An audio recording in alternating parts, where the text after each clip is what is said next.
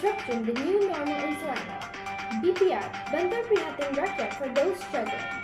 Joe, Trump's donor and outlook on US election. Kamala Harris, the first and not the last, the newly elected Vice President. COVID-19 updates. Pfizer Pharma claims 90% recovery with its newly found vaccine. Students clash with cops over virus risk. Pandela Ravino and Lee Moon Wee to represent Malaysia in Tokyo Olympics.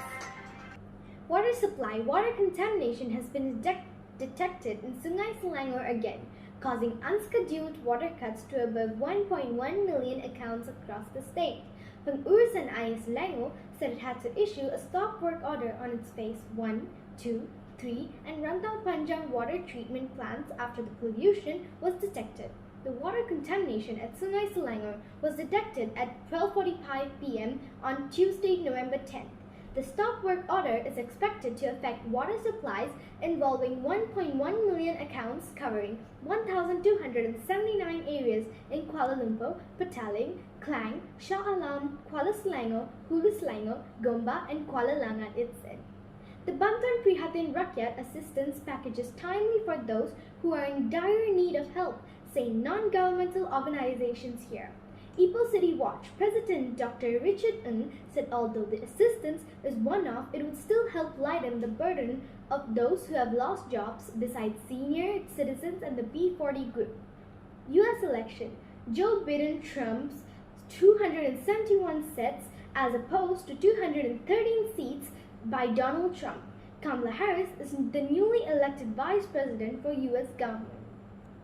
One of the teams racing to develop a coronavirus vaccine announced Monday its drug had shown 90% effectiveness against the illness, sending stock markets soaring and raising hopes of an end to draconian restrictions on movement. US pharmaceutical giant Pfizer said tests involving more than 40,000 people have provided the results that were a critical milestone. In the search for a vaccine, US global infections soared past 50 million, almost one-fifth of them in the United States. Let's move on to a session with WHO President Ms. Rita Rani. I have a special guest today, Dr. Shami from Harvard University. Professor Shami, how do you think US citizens will accept a woman from different ethnic origin being the vice president? Thank you, Samiksha.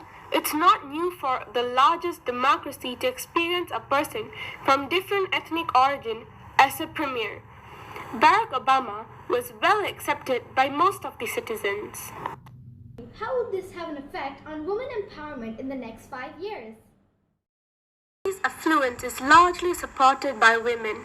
In the past decade, there might not be a necessity for empowerment, but rather it should be on safety and respect for women throughout the world. When can we expect this pandemic to end?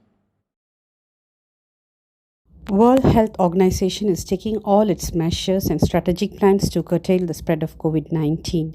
We aim for the vaccine to reach every individual in nooks and corners of the world to eradicate it by December 2021. Taken by WHO and expediting the process of identifying vaccination for COVID-19.